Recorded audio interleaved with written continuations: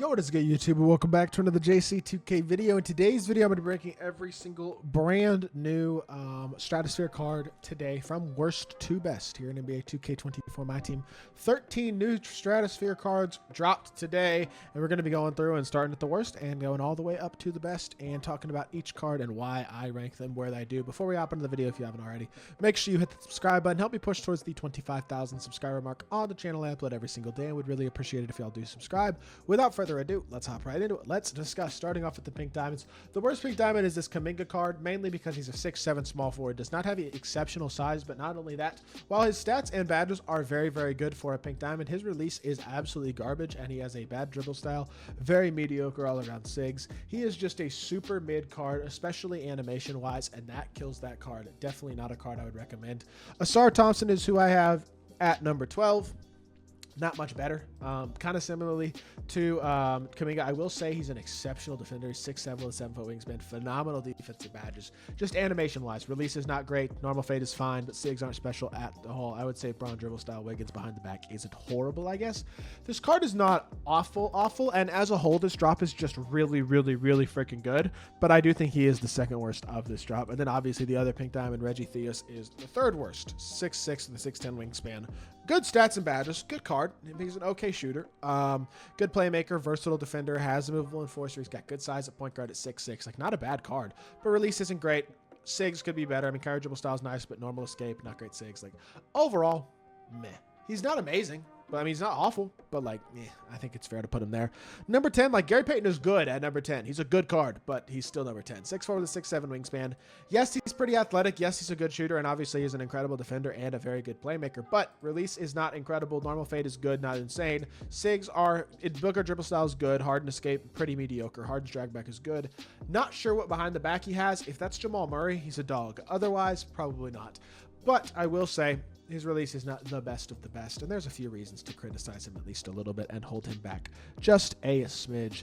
Number 9, Chris Bosh. Yes, I know he's a dark matter, and he's a really good dark matter at that, but this drop is so good and so deep that I have no problem putting him at number 9. As good of a card as he is, his jumper is good. His movement is solid. Not insane, but pretty good.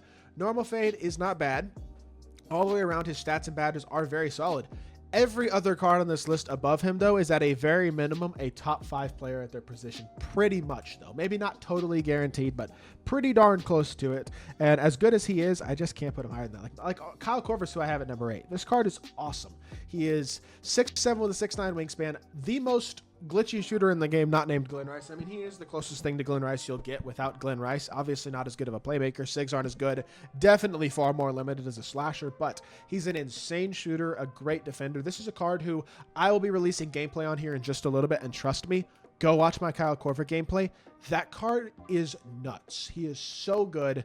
I honestly think even number 8 feels a little low at times, but it's also the fairest spot for him. Like, number 7, again, being Artis Gilmore, is an incredible card. I legitimately think this, it almost feels too low for him, but because he's starting on my team. But the thing is, literally every other card on this list would also start on my team. And that's how crazy this team is, to be honest, and how crazy this drop is. Like, Artis is 7'2" with a 7'5" wingspan. The only thing that holds him back is that his 3-ball rating is low, but he has, if you add shooting badges to him, and if you add a 3-ball rating and have a coach that boosts that, you're going to be just fine, considering his release is very nice. He's an unbelievable defender with elite size at 7'2", great interior dunker, good speed, amazing defender, phenomenal card. Again, I feels like I'm almost putting him too low when I put him at number 7 because he's such a solid option.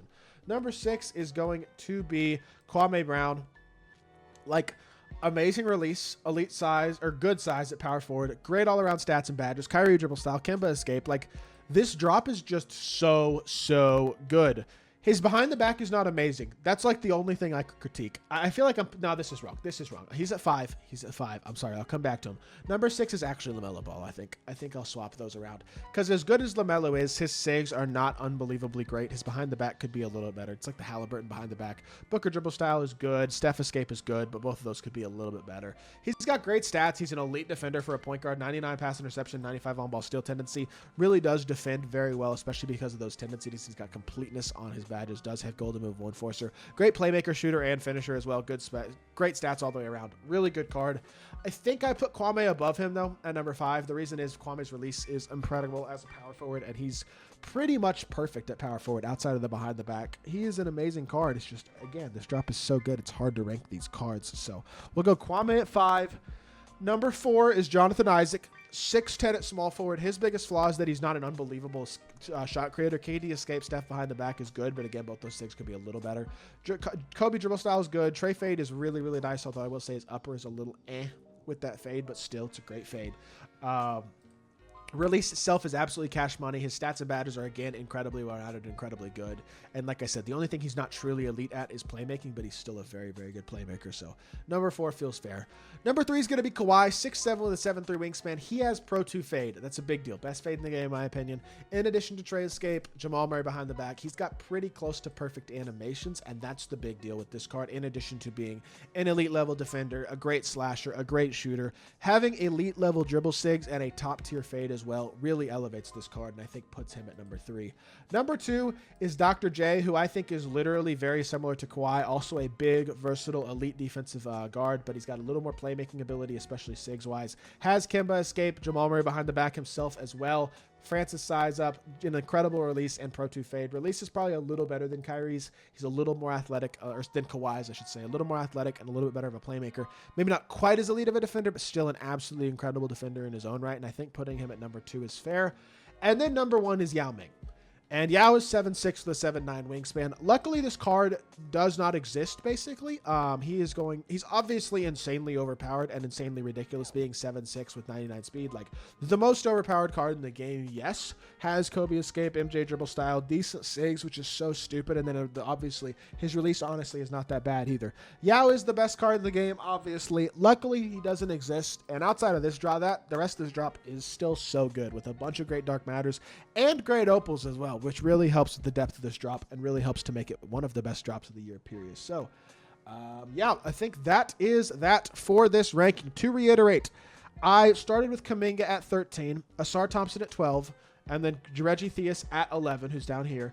Number 10 was Gary Payton. Number 9 was Chris Bosh. Number 8 was Kyle Korver. Number 7 was Artis. Number 6 was, it was going to be Kwame Brown, but I decided to swap LaMelo there. Number 5 is Kwame. Number 4, John Isaac. Number 3, Kawhi.